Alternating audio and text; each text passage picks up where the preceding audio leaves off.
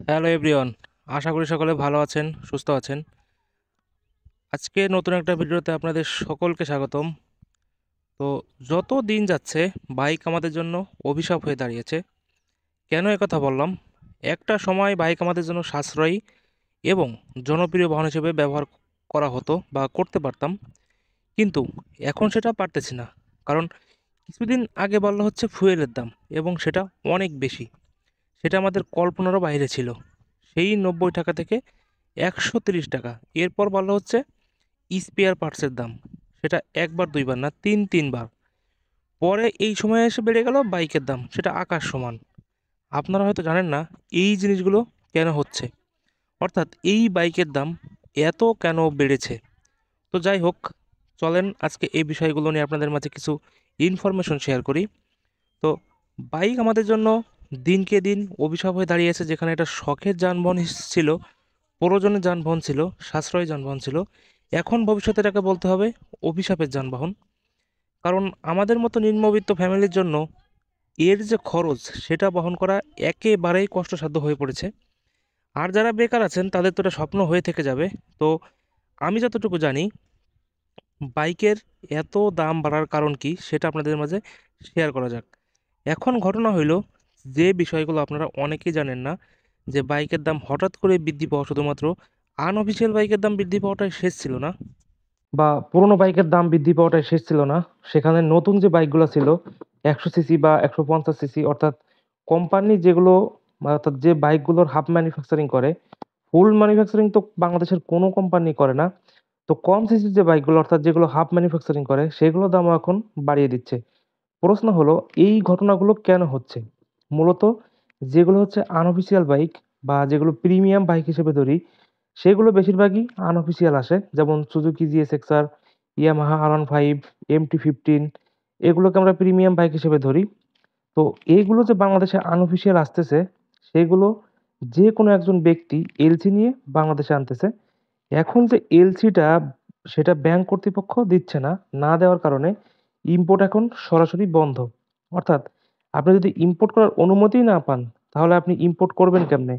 এই যে এলসিটা না পাওয়ার কারণে আনঅফিসিয়াল বাইকগুলা বাংলাদেশে ঢুকতে পারতেছে না। যাদের এলসি করা ছিল বা যাদের আগে অর্ডার করা ছিল, তাদেরটা তো শুধু বাংলাদেশের বাজারে পাওয়া যাচ্ছে। কিন্তু নতুন করে কেউ আনঅফিসিয়াল বাইক অর্ডার করতে পারতেছে না। যে কারণে আনঅফিসিয়াল বাইকের বাজারে একটা ধস নেমে গেছে। বিজনেস যারা করতো, তাদের কাছে বাইক না থাকলে তারা ব্যবসা কিভাবে করবে? টাকা পয়সা তো পরের হিসাব, দাম বাড়াটাও পরের হিসাব। ধরেন একটা ইয়ামাহা আর 1 ফাইভ দাম বেড়ে 8 লাখ টাকা হয়েছে। এখন 8 লাখ টাকা হইলেও তো বাইকটা আনতে হবে, তারপরে তো বিক্রি করতে হবে।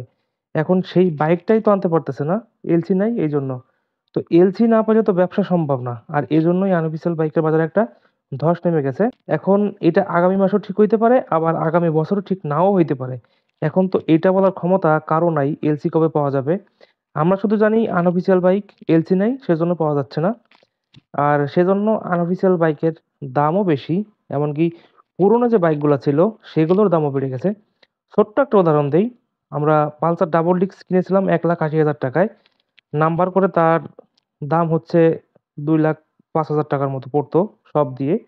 এখন সেই বাইকের দাম হইছে 2,15,000 টাকা, এবং নাম্বার দিয়ে প্রায় 2,30,000 টাকার মতো পড়ে। তো দাম যাই হোক না কেন, বাইক পাওয়া গেলে তো ভালো কথা। তো চাহিদার তুলনায় যখন বাইক পাওয়া যাবে না, তখন দাম তো এমনিতেই বেড়ে যাবে। আশা করি আনঅফিসিয়াল বাইকের যে ব্যাপারটা, সেটা আপনারা বুঝে গেছেন। আর এই আনঅফিসিয়াল বাইকগুলো না ঢোকার কারণে সেকেন্ড হ্যান্ড বাইকগুলোরও দাম বেড়ে গেছে। এবার আসেন বাকি কথায়। আনঅফিসিয়াল বাইক না হয় বাংলাদেশে না ঢোকার কারণে বা নতুন করে এলসি না পাওয়ার কারণে দামটা বেড়ে গেছে। তাহলে আমাদের অফিসিয়াল যে বাইকগুলো আছে বা ছোট সেগমেন্টের যে বাইকগুলো আছে, বা আরো ১০ বছর আগে থেকে যে বাইকগুলো বাংলাদেশে অ্যাসেম্বল হয়, তো সেইগুলোর দাম কেন বাড়লো? তো রিসেন্টলি ম্যানুফ্যাকচার পর্যন্ত আমাদের বাংলাদেশে হচ্ছে, তাহলে সেই কোম্পানিগুলোর বাইকগুলোর দাম এত বেশি কেন বাড়লো? এগুলো আসলে সত্য কথা বলি, তারা দাম বাড়াইছে সুযোগের সদ্ব্যবহার করে। এটা এক ধরনের এক্সকিউজ। তাদের দাম বাড়ানোর কোনো কারণ নেই। তাদের আগে যে পরিমাণ ভ্যাট ট্যাক্স দিতে হয়েছে, এখনো সেই পরিমাণ ভ্যাট ট্যাক্স দিতে হচ্ছে। তো খরচ আগে যা ছিল, এখনো তাই আছে। হয়তো বাইক প্রতি ২,০০০ টাকার মতো বাড়তে পারে, এর বেশি না। তো সেখানে তারা বাইক প্রতি ৩০ থেকে ৪০,০০০ টাকা বাড়ায় দিছে। যদি আপনারা তাদের কাছে জবাবদিহিতা করতে চান, তারা আপনাকে এমন একটা এক্সকিউজ দিবে, তাদের মুখের উপর আপনি কোনো কথাই বলতে পারবেন না। তো সত্য কথা বলতে তারা সুযোগের সদ্ব্যবহার করতেছে এবং আকাশ ছোঁয়া দাম বাড়ায় ফেলতেছে। তো কোম্পানির একটা বাইক যখন বিক্রি হয় না, তখন তারা নানান প্রচার প্রচারণায় নামে। অর্থাৎ বাইকে নানান ধরনের ডিসকাউন্ট দেয় এবং নানা রকম দামি, দামি প্রোডাক্ট ফ্রি দেওয়ার যে অফারগুলো আছে সেগুলো তারা দেয়। তো এই জিনিসগুলা করে তারা বাইকটাকে বিক্রি করে।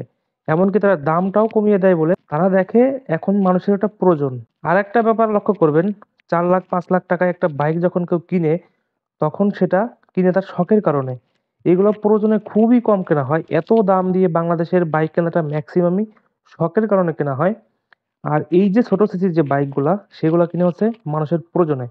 এখন তারা এমন একটা সুযোগ পাইছে, প্রয়োজনে তাদের বাইকগুলা কিনে এবং তাদের দৈনন্দিন জীবনে বিভিন্ন কাজে ব্যবহার করে। তো তাদের কাছ থেকে এখন কিভাবে টাকা হাতিয়ে নেওয়া যায়, তার নতুন একটা পন্থা তারা তৈরি করছে। যেমন ১০০ সিসির যেটার দাম ছিল ৳১,১০,০০০, সেটা এখন হইছে ৳১,৩০,০০০ পর্যন্ত। তো আসল কথা হচ্ছে সুযোগের সদ্ব্যবহার সবাই করতে চায়। সারা বাংলাদেশে বাইকের ক্রেজ চলতেছে। এখন মানুষের প্রয়োজনে একটা বাইক কিনবে, সেখানে তারা সুযোগ ব্যবহার করতেছে।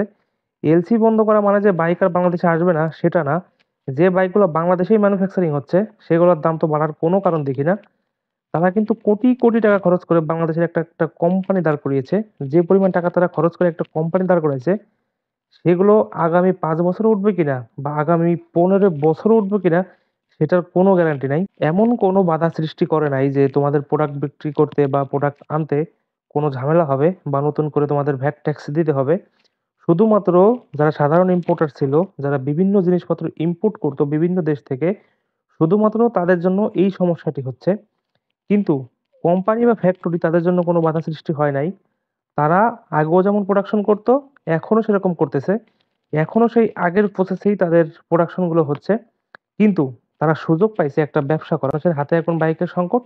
এই মুহূর্তে যদি একটু দাম বাড়ানো যায়, তাহলে মানুষ কিনতে বাধ্য থাকবে। কারণ মানুষের এখন বাইকের প্রয়োজন। আর এই প্রয়োজনীয়তার যে শর্ত, সেই শর্তকে কাজে লাগিয়ে এখন কোম্পানিগুলো ব্যবসা করতেছে।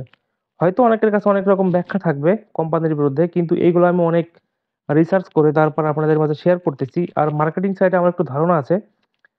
তো যার জন্য আমি আপনাদের মাঝে এইগুলা শেয়ার করতে পারলাম। হয়তোবা তাদের খরচ একটু বেড়েছে, বাড়ে নাই এমনটা না। কোনো কথা নাই, বার্তা নাই। এক ধাক্কায় বাইকের দাম ৳৩০,০০০ বেড়ে গেল। মানে এইটা কি কোনো যুক্তিসঙ্গত ব্যাপার? এটার জন্য কোনো ডকুমেন্ট দেওয়ার কোনো দরকার নাই। তো সাধারণ মানুষ যদি এটা সাধারণ হিসাবও করে, তাহলে এই ব্যাপারটা অনেক ইজি হয়ে যাবে। তো প্রতিটা কোম্পানি একই কাজ করতেছে। আমাদের মুরগি বানানো হচ্ছে এক কথায়। তো এখানে কথা হচ্ছে ওদের যদি প্রতিরোধ করতে হয়, তাহলে যার, যার ব্যক্তিগত উদ্যোগ নিতে হবে। সেটা কিভাবে? আপনার যদি কোনো পুরনো বাইক থাকে, ওটাকে ঠিক করে এখন চালানো উচিত। সেটা না হলে একটা সেকেন্ড হ্যান্ড বাইক অল্প টাকায় কিনে ওটা চালানো উচিত। নতুন করে কোনো কোম্পানির বাইক এখন কেনা যাবে না। কারণ যদি আপনার নতুন কোনো মানে করে বাইক কিনেন, তাহলে তো সেই বাইকটা চললো এবং দামটা সে আগের জায়গায় থাকলো। তো আসলে বয়কট-টয়কট করে কিছু হবে না। বাইকের দাম হু, হু করে বাড়তেছে। কিন্তু ওইটা আর কমবে না, এটা কেউ ভাববেন না। কারণ সারা বাংলাদেশে এখন মোটরসাইকেল ইন্ডাস্ট্রি অনেকগুলো এবং আজ হোক কাল হোক আ আরো বাড়বে। তাতে ডলারের রেট যতই বেড়ে যাক বা যতই অস্থিতিশীল পরিবেশ সৃষ্টি হোক না কেন, একটা জিনিসের কোয়ান্টিটি যখন বেড়ে যাবে তখন অটোমেটিক সেই পণ্যের দাম কমে যাবে। অতএব আপনি হাতের কাছে গাড়ি পাবেন এটা নিয়ে উদ্বিগ্ন হওয়ার কিছু নাই। এখন যদি ব্যক্তিগত উদ্যোগে কিছু করা যায়, তাহলে বাইকের বাজারে স্থিতিশীল হবে এবং আপনারা কম দামে বাইকটা কিনতে পারবেন। তো আজকের ভিডিওটা ছিল এই পর্যন্তই। আশা করি সকলে ভালো থাকবেন, সুস্থ থাকবেন।